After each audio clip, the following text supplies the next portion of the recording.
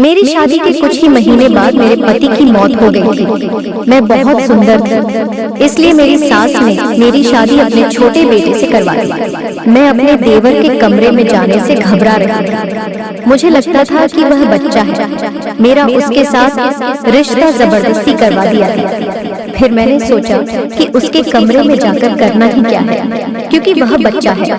इन सब के बारे में उसको कोई जानकारी नहीं होगी। मेरी सांस मेरे पीछे पड़ी थी। कुछ दिन तो इस तरह बीत गए, लेकिन एक दिन मैं यह देखकर हैरान रह गई। मेरा देवर खुद यह कह रहा था कि मेरी पत्नी को मेरे कमरे में भेजो, लेकिन मुझे पता था कि वह बच्चा है। उसे इन सारी बातों का पता नहीं होगा, इसलिए वह कह रहा होगा। उसके लिए ये सब नया है, इसलिए वह खुश हो रहा है। एक तो उसकी शादी हो गई, वह भी इतनी जल्दी। लेकिन फिर मैं रात में उसके कमरे में गई तो वह बिल्कुल तैयार बैठा था। ऐसा लग रहा था जैसे वह वर्षों से प्यासा हो और आज वह अपनी प्यास बुझाना चाहता। उस वक्त मैं बिल्कुल हैरान थी, क्योंकि मैं तो उसे बच्चा समझ रही थी, लेकिन वह इस कदर वह सब करने के लिए तड़प रहा था, जिसे देखकर मैं बिल्कुल घबरा रही थी। मुझे लगा था कि उसे बहलाकर सुला दूंगी, लेकिन उसने तो मेरी हालत ही खराब कर दी। जैसे ही उसने मेरे अंदर, मेरा नाम ममता है और मैं बहुत ज्यादा खूबसूरत थी। जब मैं छोटी थी तभी मेरी माँ का देहांत हो गया था। माँ के मरने के बाद मेरे पापा घर में ज्यादा ध्यान नहीं देते थे और उन्होंने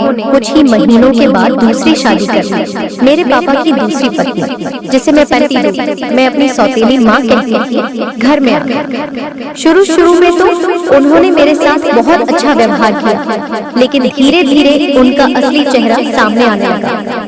वह मुझे किसी भी काम के लिए ताने देती और मुझे हमेशा यह महसूस कराती कि मैं इस घर में एक बोझ हूँ।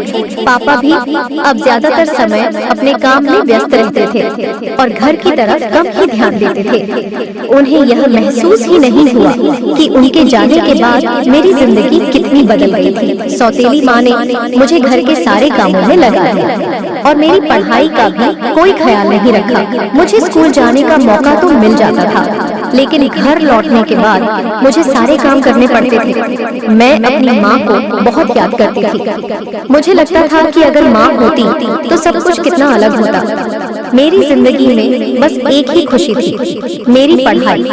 मैं पढ़ाई में बहुत अच्छी थी और मुझे उम्मीद थी कि एक दिन मैं अपनी मेहनत से कुछ बड़ा हासिल कर सकूंगी।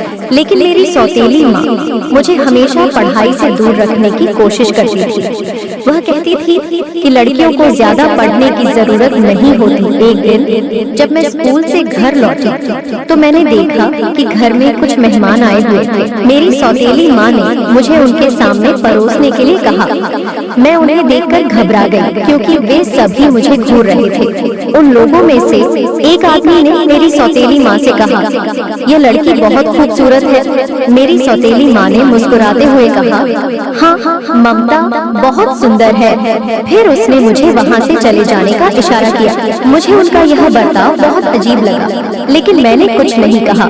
कुछ दिनों बाद मेरी सौतेली माँ ने मुझसे कहा, ममता तुम्हारी शादी की बात चल रही है।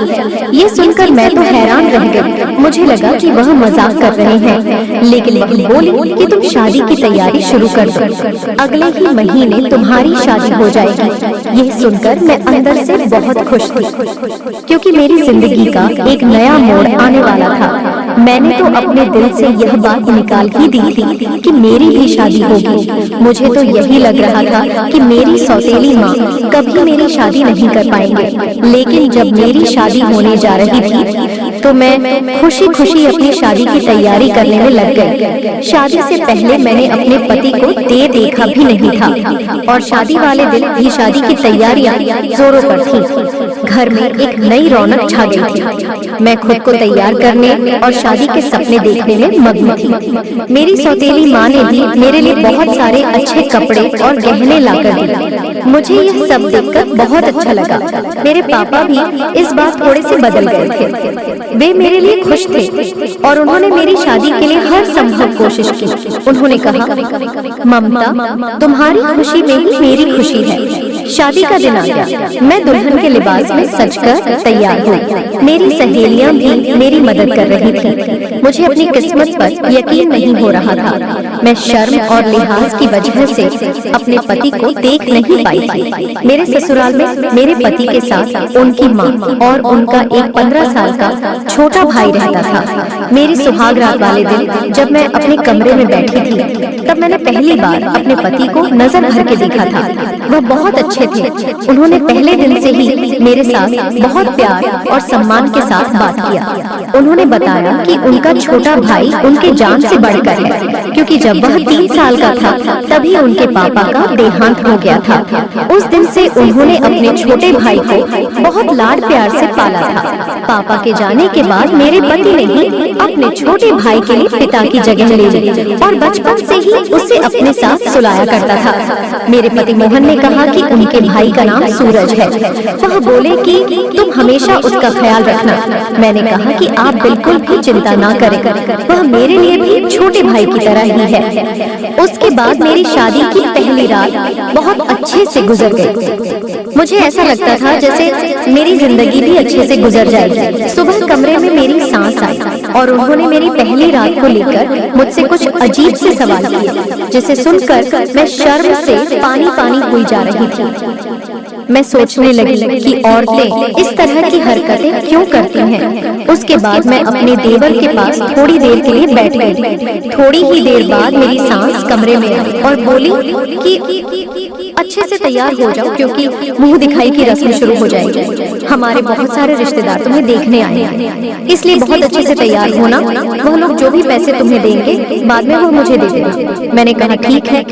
मैंने अपने आप को अच्छे से तैयार किया और मुंह दिखाई की रस्म के लिए तैयार हो गए। रिश्तेदार एक एक करके आते रहे और मुझे बधाई देते रहे। सभी ने मुझे बहुत अच्छे से स्वीकार किया और मुझे ढेर सारे आशीर्वाद दिए। मुंह दिखाई की रस्म के बाद मैंने अपने सास को वह पैसे दे दिए जो मुझे रिश्तेदारों ने दिए। सास ने कहा, ममता, तुमने बहुत अच्छे से सब कुछ संभाला। मुझे तुम पर गर्व है। यह सुनकर मेरा दिल खुशी से भर गया। मेरी सास परंपरा निभाने वाली औरतों में से थी, लेकिन मेरा देवर भी बहुत अच्छा था।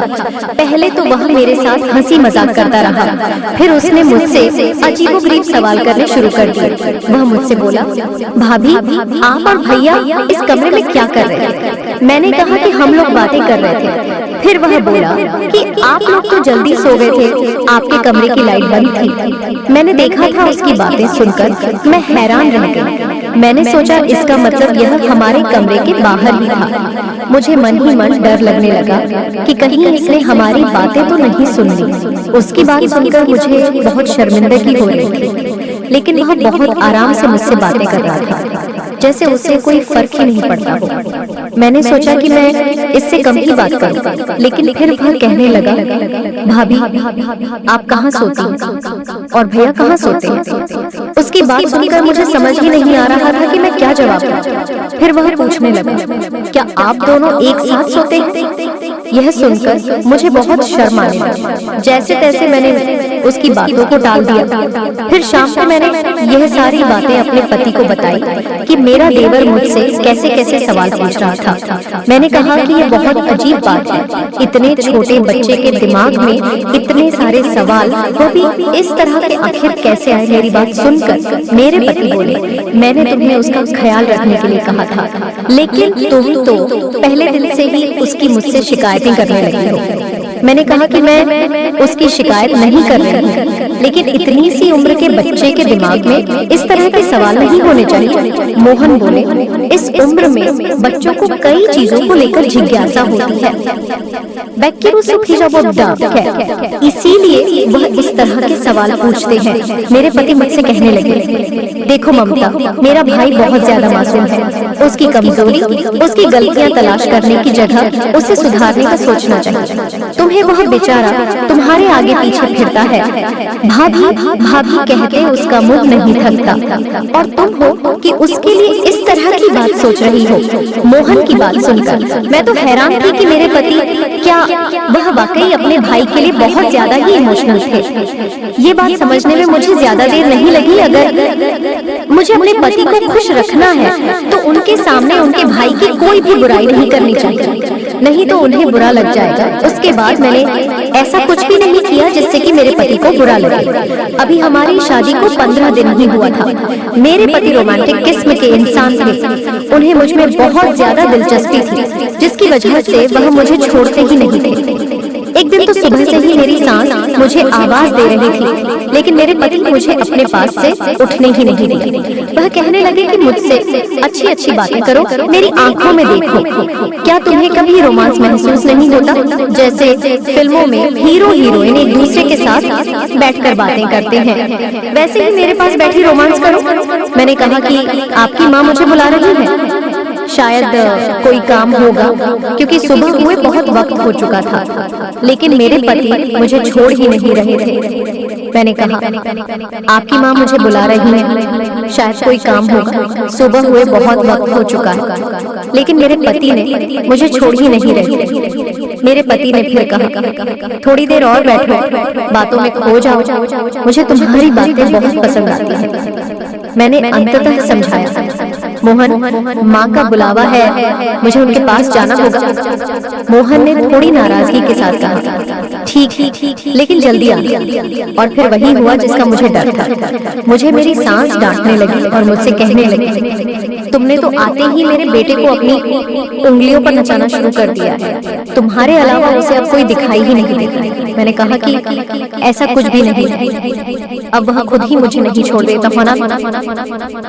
वो छोटी सी है तो मैं क्या कर सकती हूँ। मेरे पति ने मुझसे कहा था कि मेरी माँ का हमेशा ख्याल रखें, उनको हर हाल में खुश रखें, इसलिए मैं घर के सारे काम अच्छी तरह से करती थी। मैं कभी अपनी सास से कुछ नहीं बोलती थी और उनको कोई जवाब भी नहीं देती थी। अगर जवाब देती तो बहुत तरीके से, जिस पर वह गुस्सा नहीं होती थी। मेरे जीवन में सब कुछ सही चल रहा था। मेरी शादी को अभी कुछ ही महीने हुए थे, तभी मुझे एक बुरी खबर मिली कि मेरे पति का एक्सीडेंट हो गया है और उसकी मौके पर मौत हो गई है। यह सुनकर हमें बहुत बड़ा सदमा लगा और मैं चीख चीख कर रोने लगी। हम लोग बहुत ज्यादा परेशान हो गए थे और सोचने लगे कि यह बात झूठी भी हो सकती है, लेकिन जब मोहन की लाश देखा तो मेरे होश ही उड़ गए। मेरी सास और देवर हम सब बुरी तरह से रो रहे थे, लेकिन अब मेरा पति दुनिया से जा चुका था। यह दुख मेरे लिए किसी कयामत से कम नहीं थी। मेरी हालत रो रो कर बहुत खराब थी। मेरी सास मुझसे कहने लगी कि तूने मेरे बेटे को खा गई, तेरे कदम ही मनहूस है, तेरी वजह से इस घर की शांति चली गई, सब कुछ बर्बाद हो गया, सब कुछ खत्म हो गया, ये सब तुम्हारी वजह से हुआ है, क्योंकि तू ही मनहूस है। सास की बातें सुनकर मेरा दिल टूट गया। मैं जानती थी कि वह अपने बेटे के खोने के गम में है, लेकिन उनकी बातों ने मुझे और भी दुखी कर दिया। मैंने खुद को बहुत ही कमजोर और अकेला महसूस किया। मोहन की मौत के बाद मेरी जिंदगी का हर पल एक भारी बोझ जैसा लगने लगा। सास की नफरत और दोषारोपण ने मेरे लिए जीना और भी मुश्किल कर दिया। उन्होंने हर पल मुझे याद दिलाया कि उनकी नजरों में मैं एक मनहूस औरत हूं, जिसने उनके बेटे को छीन लिया। सूरज भी इस दुख में डूब गया था। उसने भी मुझसे दूरी बनाई। घर का माहौल बेहद तनावपूर्ण हो गया था। हर दिन एक नई चुनौती बन गया था। सास की कड़वी बात और सूरज की चुप्पी ने मुझे अंदर से तोड़ दिया था। कुछ दिनों बाद मोहन की अंतिम संस्कार की रस्में पूरी हुई। घर में सन्नाटा पसरा हुआ था। मैं कमरे में अकेले बैठी हुई थी, मोहन की तस्वीर के सामने। मेरी आंखों से आंसू थमने का नाम नहीं ले रहे। सूरज, तुमने मुझे अकेला क्यों छोड़ दिया? मैं अब क्या करूं? मैंने अपनी तकलीफें और दुख सूरज की तस्वीर से कह दी। तभी सूरज कमरे में था। उसने मुझे रोते हुए देखा और मेरे पास आकर बैठ गया। वह धीरे धीरे मेरे करीब आया और उसने मुझे कस के गले लगा लिया और कहने लगा, भाभी आप रो क्यों रही है? कृपया शांत हो जाए। आप रो रही हैं तो मुझे भी बहुत दुख होता है। फिर वह मेरे बदन को यहाँ वहाँ छूने लगा। मुझे उसकी हरकत है बहुत ही अजीब लगी। इस तरह लगभग 2 महीने ही गुजरे थे। तो मैंने सोचा मेरे लिए अब यहाँ रखा क्या है, मैं अपने मायके चली जाऊंगी। वैसे भी अब मेरी जिंदगी में खुश रहने के लिए रह ही क्या गया है। मेरे अपनों में सिर्फ पापा ही थे, बाकी तो मेरी माँ भी सौतेली ही थी। जब मेरी सौतेली माँ और मेरे पापा मुझे वापस लेने के लिए आए तो मैं उदास होकर एक ऐसी बात की जिससे सब हैरान रहे। मेरी सास का कहना था कि मैं इसे वापस नहीं भेज सकती, ये मेरे बेटे की विधवा है। तब मेरे पापा ने कहा कि आपका बेटा तो अब इस दुनिया में नहीं रहा तो इसका यहाँ पर क्या काम। लेकिन मेरी सास का कहना था इसकी वजह से तो मेरा बेटा मर गया है, अब मेरे घर में कोई कमाने वाला भी नहीं है, अब मेरा एक ही बेटा बचा है जो अभी स्कूल में पढ़ता है, तो फिर ये मेरे बेटे की जगह कमाई करेगी और हमारा घर का खर्च चलाएगा। मेरे पापा और मम्मी ने कहा कि आप बहुत गलत कर रहे हैं, मेरी बेटी के साथ ऐसा मत करिए। लेकिन मेरे सास ने ठान लिया था। फिर मेरे पापा और सास के बीच काफी बहस हुई, कभी बात इस तरफ जाती तो कभी उस तरफ। फिर मुझसे पूछा गया तो जाहिर सी बात है मैं अपने घर वापस जाना चाहती थी। मेरा भी इस घर में दम घुटता था, पर मेरे सास ने कहा यह यहाँ से नहीं जाएगी। मेरी सास ने अपने कुछ रिश्तेदारों को भी बुला लिया जो बुरी तरह से लड़ाई करने के लिए तैयार बैठे थे। फिर नतीजा यह निकला कि मेरी शादी दोबारा कर दी जाए तो फिर मैं घर में रह सकती हूँ। लेकिन इस घर में एक ही मर्द था और वह मेरा 15 साल का देवर था। उसके साथ मेरी शादी करने की बातें होने लगी। सबने कहा कि वह अभी बहुत छोटा है तो क्या ये लड़की के साथ रह पाएगा। फिर कुछ लोगों ने कहा कि छोटा है तो क्या हुआ, ये लड़की कौन सा ज्यादा बड़ी है, इस तरह घर की बहू घर में रह जाएगी, उसी घर में फिर से बहू बन जाएगी। मैं ये सब कुछ नहीं चाहती, लेकिन मेरी सास ने मेरे पापा को इस शादी के लिए तैयार कर दिया। मेरी सौतेली माँ ने भी कहा कि अच्छी बात है, अगर हम इसको अपने घर ले जाएंगे तो उससे हमारा क्या फायदा है, क्योंकि दोबारा इसकी शादी करने के लिए कौन रिश्ते की तलाश करेगा। एक विधवा के लिए रिश्ता कैसे मिलेगा, आजकल तो कुंवारी लड़कियों को भी रिश्ता नहीं मिलता, इसीलिए इसको यहीं रहने। समाज वाले भी बातें करेंगे, एक विधवा अगर फिर से सुहागन बन रही है तो इस रिश्ते को ठुकरा कर हम इसे अपने साथ ही हमारे घर क्यों ले जाएंगे, वहाँ भी तो ये विधवा ही कहलाएंगे। मेरी सौतेली माँ ने अजीबोगरीब बातें करके मेरे पापा को मना लिया और वह मुझे वहीं पर छोड़कर चले गए। कुछ दिनों के बाद मेरी शादी मेरे छोटे देवर के साथ करवाई गई, जिसको मेरा पति अपना बेटा कहता था और जिसको मैं बच्चा ही समझती थी। इतना तो मैं अपने पति की मौत पर भी न रोई थी जितना इस बात पर रोई थी, लेकिन किसी ने मेरी बात को नहीं सुना और मेरी सास ने जबरदस्ती मेरी शादी मेरे देवर से करवा दी। शादी के बाद मैंने ठान लिया कि मुझे अपने देवर के साथ कमरे में नहीं जाऊं, लेकिन मेरी सास मेरे पीछे पड़ी थी। उसने कहा कि आज तुम्हारी सुहागरा की रात है, अगर तू कमरे में नहीं गई तो फिर से कुछ अवश्य गुण हो जाएगा। और क्या तू मेरे दूसरे बेटे को भी मारना चाहती है। उसकी बात सुनकर मेरे दिल में एक अजीब सी घबराहट हुई, लेकिन मैंने अपने इरादे को नहीं बदला। मैंने ठान लिया था कि किसी भी कीमत पर मैं उस कमरे में नहीं जाऊंगी। जब रात हुई तो मेरी सास ने मुझे सजाया और धूमधाम से मुझे कमरे में भेजने की तैयारी की, लेकिन मैं वहीं दरवाजे पर खड़ी रही। तू अंदर क्यों नहीं जा रही? सास ने गुस्से में कहा, माँ मुझे अभी इस शादी का मतलब समझने में समय लगेगा। ये शादी तेरे और हमारे भले के लिए ही हुई है। सास ने मुझे समझाने की कोशिश की, लेकिन मैं अपने फैसले पर अडिग रही। आखिरकार मेरे सास ने हार मानी और मुझे अकेला छोड़ दिया। मैं रात भर दरवाजे के पास बैठी रही, सोचती रही कि आखिर मेरी जिंदगी में ये कैसी मुसीबत आ गई है। अगले दिन मेरी सास ने मुझसे कहा कि तुम्हें नौकरी करनी होगी। उसने मोहल्ले के ढेर सारे बच्चे को इकट्ठे कर ली है। अब मैं रोज 30 से 40 बच्चों को ट्यूशन पढ़ाती थी। इन सब से मेरा दिमाग बहुत ज्यादा खराब हो जाता था। मैं बहुत ज्यादा थक जाती थी, क्योंकि पढ़ाने के साथ साथ मुझे घर का सारा काम भी करना पड़ता था। 3-4 दिन इसी तरह गुजर गया। मैं अपने देवर के कमरे में जाने से घबराती थी। मुझे लगता था कि वह बच्चा है, मेरा उसके साथ रिश्ता जबरदस्ती करवा दिया है। फिर मैंने सोचा कि उसके कमरे में जाकर करना ही क्या है, क्योंकि वह बच्चा है, इन सब के बारे में उसको कोई जानकारी नहीं होगी। मेरी सांस मेरे पीछे पड़ी थी। कुछ दिन तो इस तरह बीत गए, लेकिन एक दिन मैं यह देखकर हैरान रह गई। मेरा देवर खुद यह कह रहा था कि मेरी पत्नी को मेरे कमरे में भेजो, लेकिन मुझे पता था कि वह बच्चा है, उसे इन सारी बातों का पता नहीं होगा, इसीलिए वह कह रहा होगा। उसके लिए यह सब नया है, इसलिए वह खुश हो रहा है। एक तो उसकी शादी हो गई, वह भी इतनी जल्दी। लेकिन फिर मैं सोचने लगी कि उसके दिमाग में ऐसी बातें तो मेरी पहली शादी के पहले दिन से ही थी। मैं समझ गई कि उसे इस तरह की चीजों का शौक है, लेकिन उसे यह नहीं पता था कि पत्नी क्या होती है। मेरी जिंदगी बर्बाद हो गई थी। मेरी जिंदगी में अब कुछ भी नहीं था। मैंने एक दिन सोच लिया कि मैं इस घर से भाग जाऊं। ये कोई इतना ज्यादा मुश्किल नहीं था। मैं बुरी तरह रोने लगी। मैं भी घर से भागना नहीं चाहती थी। आखिर भागकर भी कहाँ जाती? एक बार भाग जाती तो मुझ पर थप्पा लग जाता कि यह घर से भाग गई। मैं एक इज्जतदार बाप की बेटी थी। मैंने सारी जिंदगी इज्जत से गुजारी थी। मैं अपने बाप का नाम कैसे बदनाम कर सकती थी? मैं बुरी तरह से रोने लगी और अपने दूसरे पति के साथ वापस आ गई। लेकिन मुझे ऐसा पति नहीं चाहिए था। मेरा दिल नहीं कर रहा था उसे पति कहने का। सुबह इस बात की खबर मेरी सास को भी हो गई, लेकिन मेरे देवर ने सब कुछ संभाल लिया, वरना मुझे बहुत डांट पड़ती और मैं ऐसा नहीं चाहती। उसके बाद मेरी सास ने शोर करना शुरू कर दिया। उसने कहा, आज तो तुम मेरे बेटे के कमरे में जाओ। तुमने तमाशा बना रखा है। तुम इसकी पत्नी हो। पति पत्नी एक साथ नहीं रहेंगे तो क्या अलग अलग रहेंगे?